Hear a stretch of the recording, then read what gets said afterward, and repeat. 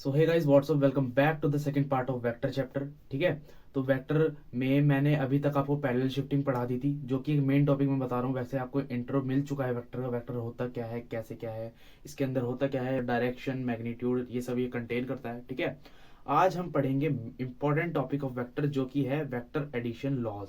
ठीक है, 3 लॉज आपको दिए जाएंगे। तो चलिए स्टार्ट करते हैं अपना वीडियो विदाउट। तो आज का हमारा टॉपिक है graphical method of vector addition. ठीक है, ग्राफिकल मेथड से आज हम समझेंगे सारे सारे कॉन्सेप्ट समझने आज हमें। ठीक है, तो 3 लॉज आपको ऐसे दिए गए हैं जिससे कि आप वेक्टर्स को ऐड कर सकते हो। पहला लॉ है आपका ट्रायंगल लॉ ऑफ एडिशन, दूसरा है पैरेललोग्राम लॉ ऑफ एडिशन, तीसरा है आपका पॉलीगन लॉ ऑफ एडिशन। इन तीनों लॉज की हेल्प से आप अपने वेक्टर्स को ऐड कर सकते हैं। ठीक है, तो आज हम अपना ग्राफिकल मेथड और ज्योमेट्रिकल मेथड से समझेंगे। ठीक है, ग्राफिकल मेथड और ज्योमेट्रिकल मेथड है क्या? ये वो है जो कि जिसमें हम डायग्राम की हेल्प से आपको सारे के सारे कॉन्सेप्ट समझाएंगे। सेकंड एनालिटिकल मेथड में सेकंड जो थर्ड पार्ट आएगा वेक्टर का, उसमें समझाया जाएगा। एनालिटिकल पार्ट क्या होता है, इसमें आपको फॉर्मूले से बता दिए जाएंगे इन तीनों लॉज के। तो चलिए स्टार्ट करते हैं अपने पहले लॉ से, जिसका नाम है triangle law of vector addition. ठीक है, triangle law of vector addition हमें क्या बताता है? जब कभी भी हम दो वेक्टर्स को प्लस करते हैं, मान लो ए वेक्टर है और दूसरा क्या है, बी वेक्टर। जब कभी भी हम इसको प्लस करेंगे तो हमारे पास एक वेक्टर आएगा। ठीक है, जब कभी भी हम दो वेक्टर को प्लस करते हैं तो हमारे पास तीसरा जो प्लस होकर आता है वो वेक्टर ही होता है, जिसको फिजिक्स में हम कह देते हैं रिजल्टेंट। ठीक है, रिजल्टेंट। अभी जो ए वेक्टर है इसके पास क्या क्या चीजें होंगी? डायरेक्शन होगी, मैग्नीट्यूड होगा, बिकॉज ये एक वेक्टर है। इसके पास भी क्या होगा? डायरेक्शन होगी, मैग्नीट्यूड होगा। अब ये जो तीसरा वेक्टर आएगा ना, ये इसके पास भी डायरेक्शन और मैग्नीट्यूड ही होगा। ठीक है, कोई तीसरी चीज नहीं आएगी इसके पास, क्योंकि ये भी एक वेक्टर है। अब चलिए फॉर एग्जाम्पल हमें कह दिया कि हमें दो वेक्टर को प्लस करना है। फॉर एग्जाम्पल ये ए वेक्टर है एंड ये बी वेक्टर है। हमेशा आपको ध्यान रखना है, ट्रायंगल लॉ में आपको एक वेक्टर की टेल से दूसरे वेक्टर के हेड को जोड़ना है।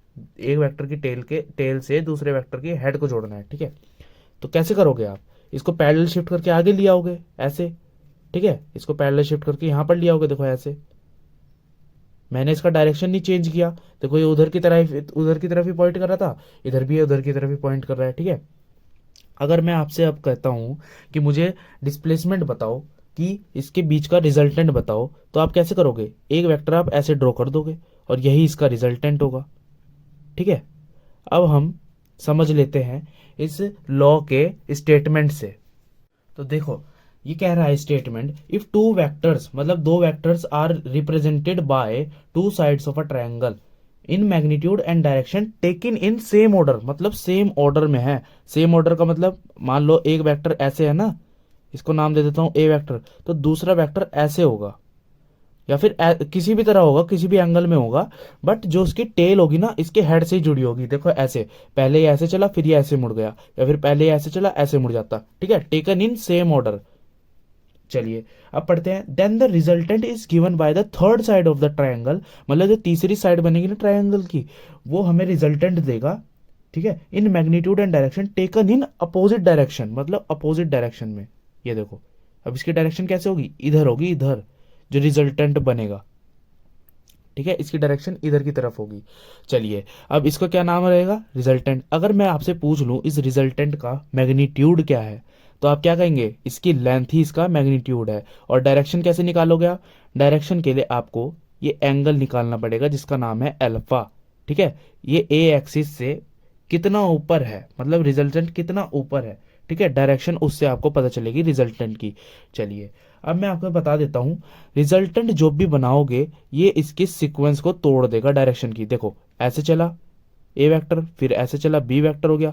अब जो रिजल्टेंट, आप क्या सोच रहे होंगे ये ऐसे चलेगा, ठीक है, ऐसे ऐसे ऐसे, बट नहीं, रिजल्टेंट हमेशा सीक्वेंस तोड़ता है, वो ऐसे चलता है। बस यही था आपका ट्रायंगल लो। अब मैं आपसे पूछ लूं, अगर जो आपका लेंथ होगा रिजल्टेंट का, वो हमें क्या देगा? वो देगा हमें मैग्नीट्यूड। ठीक है, एंड अगर मैं आपसे पूछता हूं डायरेक्शन कैसे पता चलेगी रिजल्टेंट की, तो आप क्या कहेंगे कि अल्फा हमें पता चलना चाहिए विद रिस्पेक्ट टू ए। ठीक है, कि विद रिस्पेक्ट टू ए का मतलब ए से अल्फा जो है कितना एंगल बना रहा है, ए से जो रिजल्टेंट आपका कितना एंगल बना रहा है, उससे आपकी डायरेक्शन पता चल जाएगी। अब कर लेता है एक आधा क्वेश्चन। तो चलिए क्वेश्चन है हमारा, a boy moves 3 metre toward east then he takes 90 degree left turn and moves 4 metre north, find displacement of the boy. ठीक है, तो क्या तक हमारा क्वेश्चन, फिगर के माध्यम से हम समझ लेते हैं। First of all we have to draw the figure. ठीक है, ये देखो, ये मैं बना ले रहा हूं, इससे आसानी रहती है, क्या कहते हैं, डायरेक्शन में, ईस्ट वेस्ट। तो फिगर बनाना स्टार्ट करते हैं क्वेश्चन की। A boy moves 3 metre toward east, मतलब एक बॉय है वो इधर की तरफ रहा, ईस्ट की तरफ। कितना, 3 मीटर। अब ये 3 मीटर क्या हुआ, उसका मैग्नीट्यूड हुआ। ठीक है, 3 metre east. Then he takes 90 degree, मतलब 90 डिग्री लेफ्ट टर्न, इधर की तरफ गया, लेफ्ट टर्न लिया।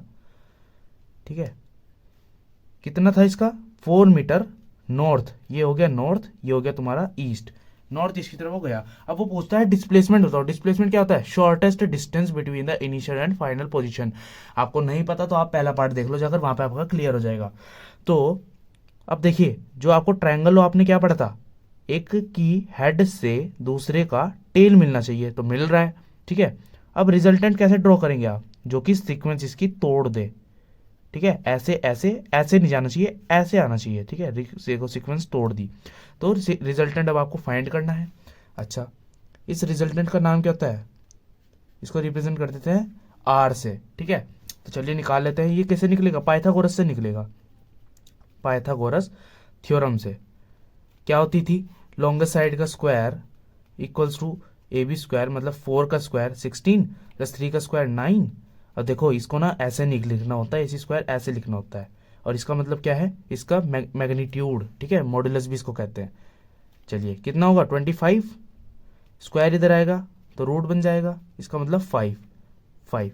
अब आपको एक घोर एकदम इम्पॉर्टेंट आपको एक चीज़ बतानी थी कि ये जो, अगर आपको ऐसा कभी ट्रायंगल दे दिया जाए जिसकी एक साइड 5 4 हो और दूसरी साइड इसकी 3 हो और ये तीसरी साइड इसकी 5 हो, तो ये 4 वाले के सामने वाला जो एंगल होता है ना, ये एंगल, ये हमेशा आपका इक्वल रहेगा 53 डिग्री से। इसके 3 के सामने वाला रहेगा 37 डिग्री। अपने पास नोट में नोट्स कर लेना।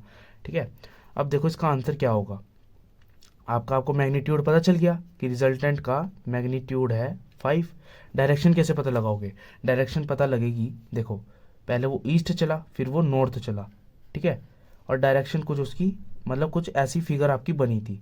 और ये आपका, मैंने क्या कहा था, रिजल्टेंट का डायरेक्शन कैसे मिलेगी, अल्फा से मिलेगी। आपको इसके लिए अल्फा फाइंड करना पड़ेगा। अल्फा कैसे फाइंड करोगे, जल्दी जल्दी बताओ। यहाँ पर आपको फाइंड नहीं कर सकते, आपको खाली ये चीज़ पता होनी चाहिए कि ये आपका, ये जिस तरह मैंने आपको बताया ना 53 डिग्री सेल्सियस होता है इसके सामने वाला। ठीक है, और ये वाला आपका 37 डिग्री होता है। साथ आपकी डायरेक्शन क्या होगी, ईस्ट ऑफ नॉर्थ। ठीक है, मैग्नीट्यूड 5 है, ईस्ट ऑफ नॉर्थ, और आपको ऐसे लिख देना है 53 डिग्री सेल्सियस। भाई यही आपका आंसर था। तो अब हमें स्टार्ट करना है अपना parallelogram law of vector addition. First of all एक क्वेश्चन मैं आपसे पुटअप करता हूँ। मान लो ये एक बॉक्स है, ठीक है, इसको 2 बच्चे खींच रहे हैं आपस में। तो एक बच्चा यहाँ से फोर्स लगा रहा है, ठीक है, इधर फोर्स लगा रहा है, और एक बच्चा इधर फोर्स लगा रहा है F2। तो बताओ ये बॉक्स किधर की तरफ मूव करेगा। आप सिंपली कह दोगे मेरे ख्याल से ये बॉक्स तो इधर की तरफ जाएगा, बीच की तरफ। ठीक है, तो जब ये बीच की तरफ जाएगा तो दोनों फोर्सेस का ये रिजल्टेंट नहीं हुआ, नेट फोर्स क्या हुई, F1 प्लस F2। ठीक है, ये इसका रिजल्टेंट हो गया। या बस यही होता है आपका पैरेललोग्राम लॉ। बस पैरेललोग्राम लॉ में आपको एक इमेजिनरी पैरेललोग्राम बनाना होता है। कैसे, अब हम यही समझ लेते हैं। फॉर एग्जाम्पल आपको मैं 2 वेक्टर ऐसे देता हूँ। ठीक है, हमेशा ध्यान रखना पैरेललोग्राम लॉ में जो 2 वेक्टर्स होंगे ना, उसके हमें किसी भी पैरेलल शिफ्टिंग करके टेल से टेल मिला के रखनी है।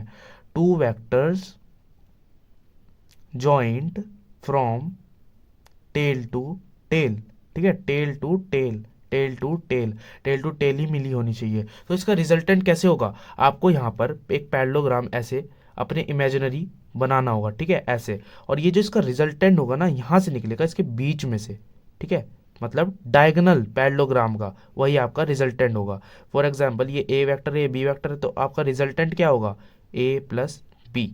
ठीक है, मैं आपसे पूछ रहा हूँ ए प्लस बी वेक्टर क्या किस चीज़ के इक्वल होता है, जल्दी बताओ। आर वेक्टर के इक्वल होता है, और ये आर वेक्टर क्या है, आपका रिजल्टेंट। ठीक है, तो बस यही आपका पैरेललोग्राम लॉ है। अब हम स्टेटमेंट पढ़ लेते हैं।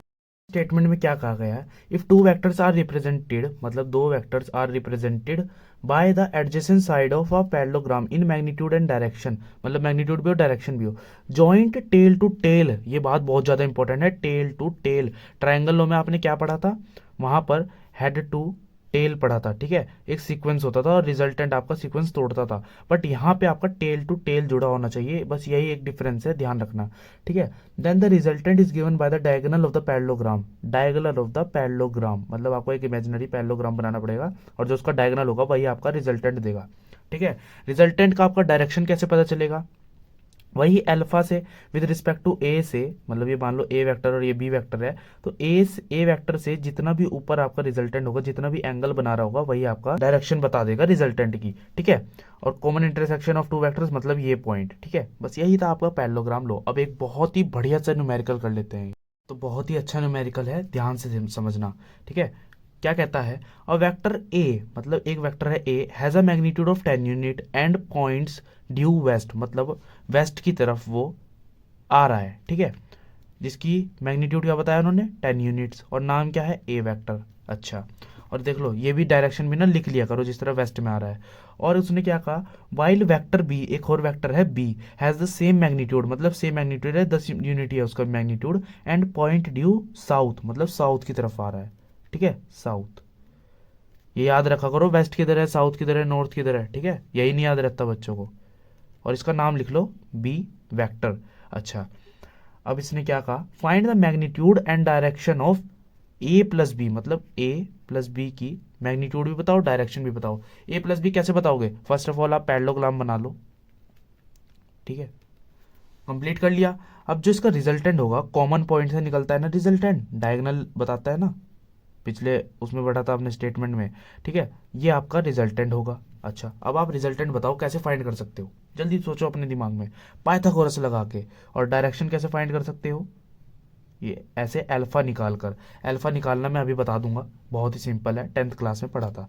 तो हम पहले रिजल्टेंट निकाल लेते हैं, पाइथागोरस थ्योरम लगा रहा हूँ इस ट्रायंगल में, ठीक है। अगर ये 10 है तो ये भी तो 10 ही होगा, ठीक है, और अगर ये 10 है तो ये भी 10 ही होगा, ठीक है।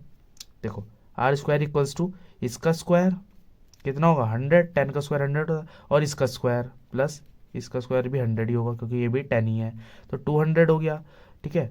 आर का मैग्नीट्यूड, इसका रूट इधर आ जाएगा, कितना होगा, समथिंग समथिंग, हाँ 10√2 होगा, ठीक है। तो आपका मैग्नीट्यूड तो आ गया। अब आप डायरेक्शन निकालनी है। देखो अल्फा कैसे निकालते हैं, इसके लिए आपको ट्रिग्नोमेट्रिक टर्म आनी चाहिए, जो कि होती है आपकी 10 अल्फा, ठीक है। 10 आपने 10th क्लास में पढ़ा होगा ना, क्या होता है, परपेंडिकुलर अपॉन हाइपोटेन्यूज। परपेंडिकुलर क्या है, 10, हाइपोटेन्यूज भी आपका 10 ही है, ठीक है, कटिंग होके आपका 1 आ जाएगा। तो 10 अल्फा 1, कौन से 10 की वैल्यू होती है, 1045 की वैल्यू 1 होती है ना, तो आप यहाँ पर 1045 लिख देना। अल्फा क्या हो गया आपका 45। देखो कभी भी ना 10 से 10 काट के नहीं दिखाना, ठीक है, काट के नहीं दिखाते, ये अंडरस्टूड होता है कि अल्फा आपका 45 डिग्री होगा। तो आपको यहाँ से पता चल गया कि ये जो आपका अल्फा है ये 45 डिग्री है। तो आपको पता चल गया ए प्लस बी का मैग्नीट्यूड कितना है, कहाँ गया, 10√2 और 45 डिग्री है, ठीक है, उसका रिजल्टेंट। अब आते हैं हम अपने सेकंड पार्ट पे। सेकंड पार्ट हमें कहता है कि आपको a माइनस बी का मैग्नीट्यूड और डायरेक्शन बतानी है। फर्स्ट ऑफ ऑल आप ये समझ लो, दो वेक्टर कभी भी माइनस नहीं हो सकते, ठीक है, ऐसा कभी भी आपको नहीं मिलेगा। सेकंड पार्ट है ये, ऐसा कभी भी नहीं होता। आप इसको ऐसे कर सकते हो, ए वेक्टर माइनस नहीं प्लस माइनस बी वेक्टर, ठीक है, वो भी तो यही बात है यार, ठीक है। ये नेगेटिव बी वेक्टर हो सकता है, यहाँ पर माइनस नहीं हो सकता। अब ये आप बताओ, आपने कहाँ पढ़ा होगा कि आपको बी वेक्टर को अगर माइनस बी वेक्टर बनाना है तो आप क्या कर सकते हैं। फॉर एग्जाम्पल क्वेश्चन में आपको कहा था कि ए वेक्टर ये है जिसकी यूनिट मैग्नीट्यूड क्या था 10 यूनिट, और बी वेक्टर आपका ऐसे था नीचे की तरफ, ठीक है, इसकी भी 10 यूनिट ही था। अब मैं कह रहा हूं कि आपको माइनस बी वेक्टर आप इसमें प्लस कर सकते हो, ठीक है। तो आप ऐसा नहीं कर सकते, पैरेलल शिफ्टिंग से इसे ऊपर लिख दो, ऊपर ले जाओ ऐसे, ठीक है। देखो पैरेलल शिफ्टिंग से ऊपर ले गया मैं, अब ये क्या हो जाएगा, माइनस बी वेक्टर हो जाएगा, ठीक है। ये भी इसके इक्वल ही तो है, बस हमने क्या करा, हम माइनस बी वेक्टर तो कर नहीं सकते, तो हमने प्लस कर दिया माइनस बी वेक्टर, ठीक है, हमने प्लस कर दिया माइनस बी वेक्टर। चलिए अब इसका रिजल्टेंट कैसे बनेगा, वही पैरेललोग्राम पूरा करो। इसका जो रिजल्टेंट होगा, देखो ये है इसका कॉमन पॉइंट, ठीक है, तो ऐसे, और इसकी डायरेक्शन इधर की तरफ होगी और अल्फा आपको निकालना पड़ेगा। कुछ नहीं है, फटाफट से कर लेते हैं इसको।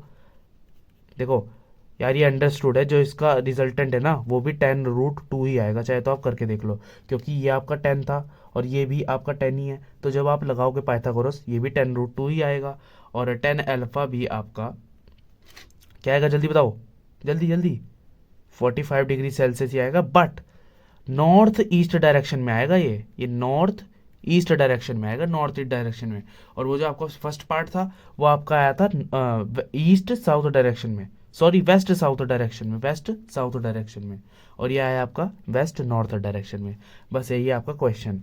क्वेश्चन से हमें ये चीज़ भी पता चलती है कि रिजल्टेंट के मैग्नीट्यूड तो चेंज सेम हो सकते हैं, इक्वल हो सकते हैं, बट अगर मैं बात करूं ए वेक्टर प्लस बी वेक्टर, और क्या ए वेक्टर माइनस बी वेक्टर भी इक्वल होंगे, ये कभी भी इक्वल नहीं होंगे। इनका मैग्नीट्यूड इक्वल हो जाएगा, बट इनका जो क्या कहते हैं डायरेक्ट खाली वेक्टर होते हैं ना, ये कभी भी इक्वल नहीं हो सकते, इनका मैग्नीट्यूड इक्वल हो सकता है, ठीक है। अब हम बात करते हैं polygon law of vector addition के बारे में, जिसे कि हम हेड टेल मेथड भी कहते हैं। हेड टेल मेथड क्यों कहते हैं वो आप समझ लेंगे, ठीक है।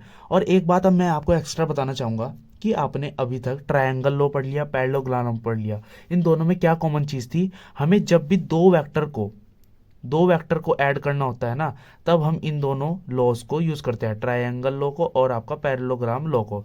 बट हमें जब दो से ज्यादा वेक्टर यूज कर ऐड करने होते हैं तब हम पॉलीगन लॉ यूज करते हैं। देखिए फॉर एग्जांपल आपके पास एक वेक्टर है ए, ठीक है, एक वेक्टर है बी, एक वेक्टर है सी, ठीक है, बी सी, और एक वेक्टर है आपके पास डी, ठीक है। अगर मैं आपको कहूं इनका रिजल्टेंट क्या होगा तो आप बता दोगे यार, A vector plus B vector plus C vector plus D vector. भाई रिजल्टेंट क्या होता है, सभी वेक्टर का सम ही तो रिजल्टेंट होता है।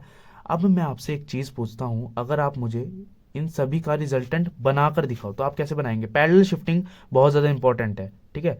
ए वेक्टर को मैंने पैरेलल शिफ्ट कर लिया, देखो जब भी पैरेलल शिफ्ट करते हैं ना तो इसका मैग्नीट्यूड नहीं चेंज करना, जितनी इसकी लेंथ है ना उतनी लेंथ यहाँ पर होनी चाहिए। अब ये बी वेक्टर है, इसको मैं पैरेलल शिफ्ट करके यहाँ ऐसे बना लेता हूँ, ठीक है, डायरेक्शन तो चेंज करी, ये भी उधर है ये भी उधर ही शो कर रहा है।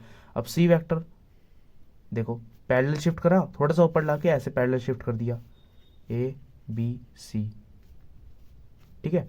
अब जो डी वेक्टर है वो कुछ ऐसा है, ठीक है। अब इनके बीच का रिजल्टेंट क्या होगा, रिजल्टेंट कुछ ऐसे नहीं बनेगा, ऐसे देखो। अब एक बात नोट करना, मैंने क्या कहा था, इसके हेड से बी का टेल, और बी के हेड से सी का टेल, सी के हेड से डी का टेल, ठीक है। और जो रिजल्टेंट होगा वो सीक्वेंस तोड़ देगा, मतलब ऐसे कुछ वेक्टर्स तो ऐसे जाएंगे और जो उनका रिजल्टेंट आएगा वो ऐसे आ जाएगा, ठीक है, सीक्वेंस तोड़ दी।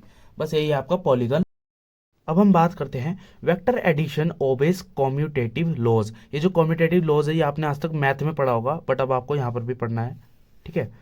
मान लो अगर हम ए वेक्टर प्लस बी वेक्टर करते हैं तो ये इक्वल होगा बी वेक्टर प्लस ए वेक्टर के, यही कॉम्यूटेटिव लॉ हमें बताता है। कैसे होगा, फॉर एग्जाम्पल अगर हम दो वेक्टर्स लेते हैं बी वेक्टर प्लस ए वेक्टर, पैरेललोग्राम लॉ से इसका रिजल्टेंट क्या होगा, ऐसे होगा, ठीक है। अब मैंने क्या कहा, इसका रिजल्टेंट किसके इक्वल होगा, ए वेक्टर प्लस बी वेक्टर के, ठीक है। अब अगर मैं इसको स्प्लिट करके ऐसे लिख देता हूँ, ठीक है, देखो ए वेक्टर प्लस बी वेक्टर का रिजल्टेंट कैसे होगा। अगर मैं आपसे बात करूं, ये तो आपका ए वेक्टर हो गया, अगर मैं बी वेक्टर को पैरेलल शिफ्ट करा के इधर ले आऊं, ठीक है, तब इसका रिजल्टेंट कैसे होगा, ये होगा, क्या होगा आपका बी वेक्टर। अब मैं आपके इसका रिजल्टेंट क्या हुआ, ए वेक्टर प्लस बी वेक्टर। अब मैं दूसरा बात करता हूँ, ठीक है, रिजल्टेंट है आपकी बी वेक्टर प्लस ए वेक्टर, ठीक है। अब ये कैसे होगा, आपका एक रिजल्टेंट तो ये रहा, मतलब एक वेक्टर तो ये रहा और एक वेक्टर ये रहा। अगर मैं ये वाला वेक्टर कौन सा था, बी वेक्टर था, अगर मैं ए वेक्टर को पैरेलल शिफ्ट करा के ऊपर ले जाऊं इसके ऐसे, ठीक है, तब इसका रिजल्टेंट ऐसे नहीं बनेगा, ऐसे बनेगा ना इसका रिजल्टेंट। अगर मैं ए वेक्टर को पैरेलल शिफ्ट करा के ऊपर ले जाऊं, यहां पर कर दूं, तब क्या क्या होगा, बी वेक्टर देखो ऐसी डायरेक्शन है ना, बी वेक्टर प्लस ए वेक्टर ऐसे, तो इसका रिजल्टेंट क्या हुआ, बी वेक्टर प्लस ए वेक्टर। तो दोनों का रिजल्टेंट सेम ही नहीं है क्या, यही नहीं है क्या, दोनों का दोनों बारी यही नहीं है क्या। बस ये था कम्युनिकेटिव लॉ। सेकंड वन आता है हमारा vector addition is a associative law. Associative law क्या होता है, A vector plus B vector plus C vector ऐसे इक्वल होगा ए प्लस बी वेक्टर के प्लस सी वेक्टर के। अगर मैं आपसे बात करूं इसमें कितने वेक्टर्स आपको गिवन है, 3 वेक्टर गिवन है ना, ए प्लस बी प्लस सी, 3 वेक्टर ही तो गिवन है दोनों साइड, और इनका अगर मैं सम कर दूं तो ये किसके गिवन होगा, रिजल्टेंट के। अब हम इसको ड्रॉ कर लेते हैं। First of all A vector मान लो ऐसे है, बी वेक्टर ऐसे है, ठीक है, और सी वेक्टर मान लो ऐसे है, तो इसका रिजल्टेंट क्या हुआ, ये हुआ, ठीक है। अब मैं बात करता हूँ, देखो इधर के साइड, फर्स्ट ऑफ ऑल हम ये वाला साइड लेके चलते हैं, A vector plus B C, B C vector, अगर बी सी वेक्टर ये रिजल्टेंट होगा बी सी वेक्टर का, और रिजल्टेंट क्या होगा, ये बी प्लस सी, यही तो होगा रिजल्टेंट, इक्वल्स टू आर। अगर इन दोनों को मैं प्लस करूँ इतने एरिया को, तो ए प्लस बी सी क्या होगा इनका रिजल्टेंट, ए प्लस बी सी का, ए प्लस बी सी का रिजल्टेंट ये होगा, ठीक है। ए प्लस बी सी का रिजल्टेंट ये हो गया। अब मैं बात करता हूँ इधर वाले साइड की, देखो ए बी का रिजल्टेंट क्या, ये, ठीक है। अब ए बी प्लस सी, मतलब सी आ रहा, ठीक है, ए बी प्लस सी, इसका रिजल्टेंट भी यही रहा, ठीक है, ए बी प्लस सी, इसका रिजल्टेंट भी तो यही रहा। तो दोनों साइड इक्वल ही नहीं आई, सेम ही रिजल्टेंट नहीं है ये वाला, बस यही था आपका एसोसिएटिव लॉ। तो फ्रेंड्स आज की वीडियो में हमने ट्रायंगल लॉ, पॉलीगन लॉ और पैरेललोग्राम लॉ ग्राफिकली पढ़े हैं। ये मत समझ लेना, आपको एकदम क्लियर हो गया है सब, ठीक है। अभी इसके फॉर्मूलेज भी आएंगे, वो नेक्स्ट पार्ट में मैं डालूंगा, और नेक्स्ट पार्ट में यहाँ पे न्यूमेरिकल्स भी ज़्यादा से ज़्यादा होंगे। आज के पार्ट में थोड़े कम न्यूमेरिकल हुए हैं, बिकॉज इतने न्यूमेरिकल हो सकते थे। बाकी आप ट्राई करो, प्रॉब्लम आती है कमेंट करो। Thank you so much for watching, bye.